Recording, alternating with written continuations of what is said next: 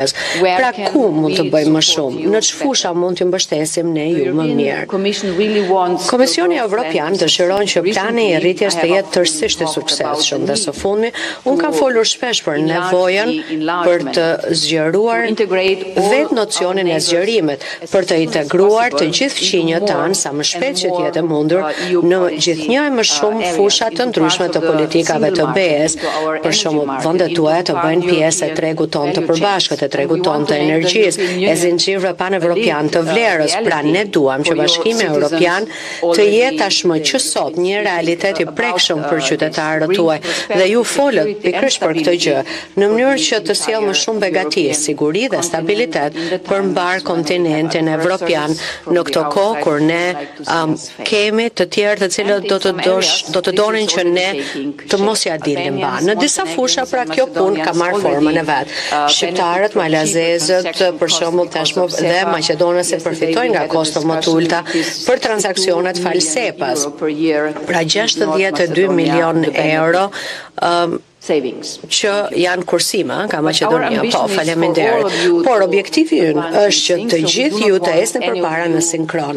Pra nuk duam që ndonjëri prej jush të mbetet pas, sepse në fund të fundit i gjithë Ballkani Perëndimor i përket Bashkimit Evropian si antar të barabartë dhe theksoj këtu me të drejta të plota, duke njohur kështu faktin që ju do të keni arritur përputhjen e plot me legjislacionin dhe vlerat e Bashkimit Evropian. Pra le të përqendrohemi sot tek mënyra se si mund ta përshpejtojmë punën në këtë pjesë të dytë që kemi përpara. Dhe kemi një afat veçanërisht të rëndësishëm që po afrojmë. Në qershor do të kemi nga raundi i dytë i raportimit skadimin e periudhës një vjeçare të pritjes së mëtejshme për reformat e papërmbushura pra. Dhe rrezikohen thuajse 300 milion euro të destinuara për vendet tuaja. Këto janë fonte nga të cilat duhet përfitojnë qytetarët tuaj, me të cilat mund të ndërtojnë linja tramvaj, rrugë, shkolla, spitale. Prandaj le të diskutojmë sot se si mund të ulëm më tej edhe tarifat e roamingut. Pra ju folët për këtë gjë që të paguash shtesë për telefonata në vende të tjera është diçka që ne nuk e bëjmë brenda BE-s më. Pse duhet ta bëni ju? Dhe prandaj ne duhet punojmë për përshpejtimin e parafrimit me rregullat e Bashkimit Evropian. Pra le të zhbllokojmë ato projekte që duhen për të përmirësuar infrastrukturën e transportit, inovacionin digjital, mbrojtjen e konsumatorit dhe turizmin, për shembull në darkë folëm për këtë çështje, sepse kjo do të sjellë përfitime bizneseve dhe qytetarëve tuaj. Kemi mungesë e curie në integrimin ekonomik rajonal, gjë që sjell rritje më të ulët ekonomike. Një treg i përbashkët rajonal plotësisht funksional do të rriste ekonomitë tuaja me 10%. Mungesa e progresit apo e curisë nga ana tjetër rrezikon edhe aksesin në tregun e vetëm të BE-s për ata që bllokojnë vendimet që do të sjellin përfitime të gjithëve. E di që reformat për të cilat ne kemi rënë dakord së bashku nuk janë gjithmonë të lehta, por ato lejojnë përshpejtimin e negociatave të antarësimit në BE dhe përgatisin ekonomitë tuaja për tregun e përbashkët, pra me 450 milion banor. Dhe ato hapin mundësi që ju japin më pas qasje në një trajtim të ngjashëm si vendet anëtare në disa politika të BE-s, si të u tregojnë vendeve anëtare të BE-s se ju jeni gati për më shumë integrim të thellëuar në BE. Pra le të flasim se si instrumentet tona mund të tërheqin më shumë investorë të huaj. Presidentja e Komisionit, Ursula von der Leyen, më tha se ishte shumë e impresionuar nga 2 konferencat e investimeve që ajo ndoqi në rajon. Le të vazhdojmë punën në këtë fushë, le të sjellem së bashku akoma dhe më shumë investime të qëndrueshme nga BE-ja dhe më shumë partnerë tregtar në rajon.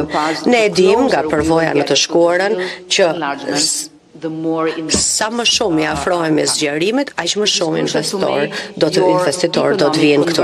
Dhe është thelbësore që tashmë të arrijm realitet në konvergjencën tuaj ekonomike me vendet e Bashkimit Evropian. Ne e dim nga përvoja pra që sa më shumë esni përpara drejt BE-s, aq më shumë kureshtje kanë investuesit e huaj, media europiane për vendet tuaja dhe natyrisht shpresoj që sa më shumë kureshtje vjen nga këto shtete, vjen edhe nga vetë qytetarët e tyre. Kështu që le të shfrytëzojmë këto 2 vite të mbetura për ta bërë planin e rritjes një sukses të vërtetë dhe për të përgatitur terrenin për antarësimin tuaj në BE, sepse objektivi kryesor i planit të rritjes është që t'ju ndihmojmë që ju të zhvilloheni më tej, që të bëheni antar me të drejta të plota në Bashkimin Evropian në të ardhmen. Faleminderit ju dashur Edi, edhe një herë që na keni mikpritur dhe është gjithnjë kënaqësi që vim në Tiranë dhe